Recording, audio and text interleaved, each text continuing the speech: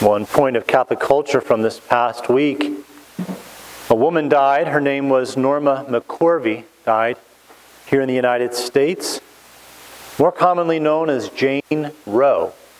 1973, Norma wanted to have an abortion, and it was illegal in the United States. So she sued the state in which she lived, and her case went all the way to the Supreme Court. On January 22nd, 1973, the Supreme Court declared abortion legal in the United States at the request of Norma McCorvey. That case has come to be known as Roe versus Wade.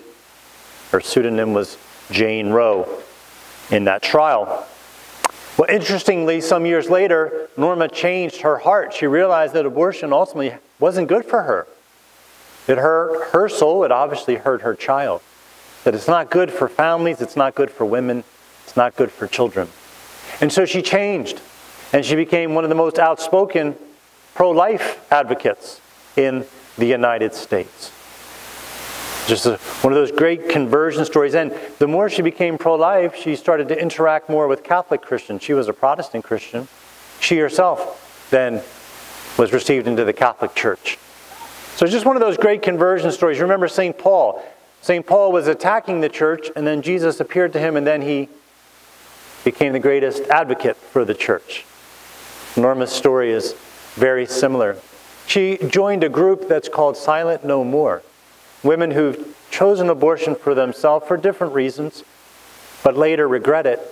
And this is a positive thing they can do, which really consoles them. They say, I'm not going to be silent. I'm going to try to help other women not make that same choice, that same mistake. So we pray for Norma that God may forgive any sin she has committed and bring her home to heaven. In the gospel today, we hear Jesus say, you cannot serve God and mammon. Mammon.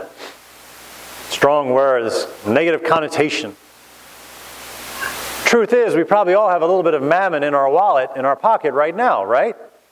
Mammon itself is not a bad thing. Money, wealth, it's somewhat of a necessary thing. Jesus doesn't condemn money. He says, but make sure you're not serving money. Make sure that's not the goal of your life. Serve God, not mammon. You can't serve both at the same time. What's first? Another way of saying it is, how do we use our money? Do we use it to serve ourselves, or do we use it to serve God by serving others? That's the challenge. I think there's two different kinds of people in the world, two different temperaments. One is when there's a request for assistance, one group says, how much can I give? They enjoy giving.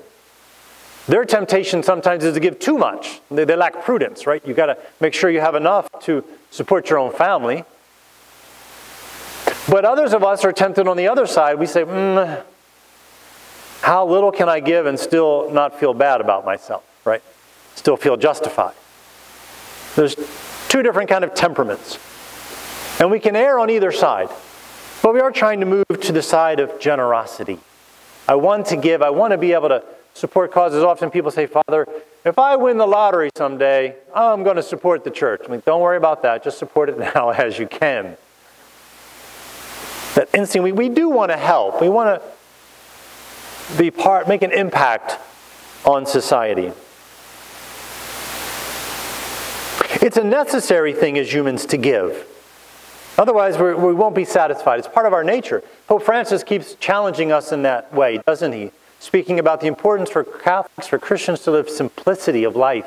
Not because you have to, because you don't have things, but rather because you choose to. In being detached from possessions, in living simply, our heart can be more attached to God and others, to value friendship, to seek others rather than ourselves. Pope Francis not only says that, but he tries to live it in a public way, right? Driving around in a small car, living in a common house with other visitors to the Vatican. Just reminding us, as Jesus lived simply, so too should we. We have some great examples of it again in the church. St. Francis of Assisi, And when he was growing up, his family was rather well off. His father was a nobleman, sold fine materials, cloth, so people could make clothes. Did well, he imported. But Francis, at a young age, had a bit of a conversion of heart himself. He had been worldly growing up, but then God gave him a desire to help the poor. And so Francis took some of the bolts of cloth from his dad's store and sold it and gave the money to the poor. Now, somewhat understandably, his dad was angry and took it all the way to the bishop. His dad told the bishop, "Tell Francis to stop giving my stuff to the poor." And Francis said, "Okay, Dad. If that's your attitude, you can have all your stuff back." So there, right in front of the bishop, Francis took off all his clothes and handed them to his dad. So that might have been stretching it a bit. But for the rest of his life, he found great joy in living poverty and serving others. And many people were attracted by his example and joined him. The Franciscans have been serving the world for 800 years. It does bring joy. We think of Mother Teresa of Calcutta, right? The modern day Francis of Assisi. Her order, the Missionaries of Charity. Again, many women attracted by that example of simplicity of life and living it. They serve here in Baltimore. We know some of our parishioners have volunteered with them over this past year. If you go to their house in Baltimore, in the kitchen there's 2 refrigerators. One is for the residents, the men, the patients, those who are sick, who are living with them. And one is for the sisters. Now the men's refrigerator is packed with food. The sisters' refrigerator is almost bare. Not because they don't have enough food. Everybody wants to help the sisters and give to them. That's why the men's refrigerator is always stocked. The sisters choose, though, not to have a lot of food because it's part of their rule to go out and beg. Not because they have to, but because they want to. They know that in being dependent upon God, in humbling themselves and asking Him to provide, they'll receive His grace and friendship at a deeper level. It seems counterintuitive, but the proof is in their lives and their joy. I had a classmate in seminary. Some of you might have heard this anecdote before. We were studying in Rome. He was from California, from a very wealthy area in the state, and had done very well for himself. Had started his own land development business. By age 30, he was a millionaire. Fancy cars, could buy any kind of food, any kind of clothes, any kind of electronics. A lot of mammon. Didn't know what to do with it. Was serving himself, self-indulgent. And his secretary at the office just recognized he's not happy, doesn't smile much, he's always stressed. And she said, "Why don't you start coming to church with my family?" He was a fallen away Catholic. Bad Catholic. And to humor her, he did. He came a few times on Sunday with her family. And he found that he kind of liked it. He wasn't sure why, but subconsciously what was happening. When you go to church, as we do this morning, we're saying there's somebody else who's important. Not just me. God is important. To some level, we're at least acknowledging that truth, and that makes us feel good. Because we're turning away from ourselves to someone else. The more we do that, we feel satisfied, because that's how God made us. There's something bigger out there. And so he started going to church more, and he started praying every day for a few minutes on his own, and he took a night class that the parish was offering to learn about his Catholic faith, and he spoke to the priest one day after Mass, and they started meeting a few times. And the more he gave away to God and started giving his money to serve others in need, the happier he was. And the idea of priesthood came. And he entered the seminary and he was sent to Rome. And we were classmates. But he still had a lot of money. He still had all the assets of the company. I remember we were studying Italian when we first got there, and the homework assignment was to say in Italian what you had done the night before. And of course, it was very primitive Italian. We were only there a few weeks, so we tried to struggle to say, "I read a book." Ah, bravo, bravo. You know, these grown men. "I ate spaghetti." Ah, bravo, bravo. And it was his turn, Patrick, and he said, "Io cercato I miei stock." You did what? You checked your stocks? What? You're a seminary? What are you talking about? We had all this stuff. Well, he had a partner in his business, and a few months later, his partner sued him for breach of contract or breach of understanding that when we started this company together, you aren't supposed to enter the seminary. He says, no duh, I didn't think I would either. Well, his partner sued him and won. And Patrick lost all his assets, his stocks. And then he was really happy. It was the best thing that could have happened to him. That's the challenge, right? Trying to live simply, to detach ourselves from things, not to try to find joy in them. They're pleasant, we need them.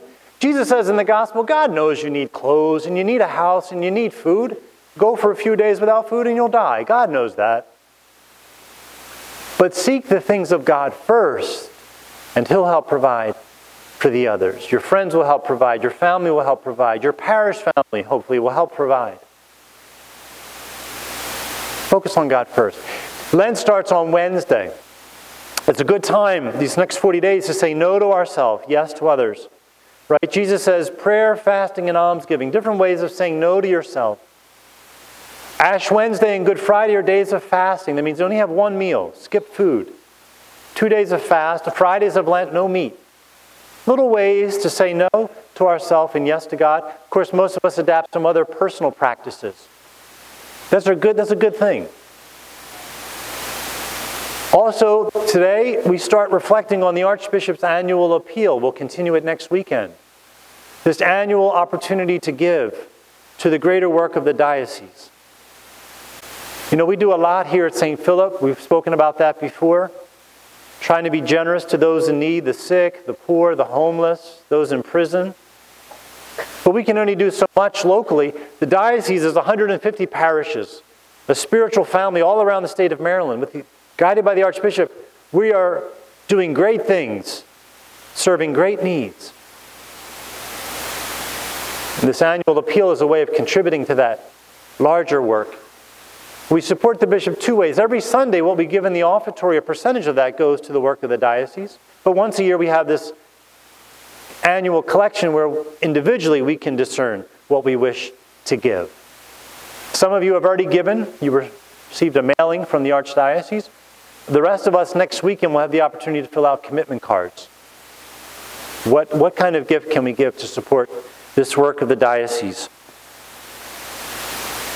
Some of the things the diocese is doing, it has a Catholic Charities office, an extensive network of homeless shelters and food kitchens, soup kitchens, and homes for the elderly, homes for the mentally handicapped, job training. We have outreach to immigrants, right, as our country has this national debate about immigration. While we're trying to come up with a political solution, in the meantime, we have the Esperanza Center on the east side, which just serves the needs of immigrant families now, children, those who are sick. And not just from Central and South America, but from other countries. We're right there where there's a need. We have our vocations office fostering vocations, supporting our seminarians. We have 4 from our own parish. We have Seminary Maurice with us today.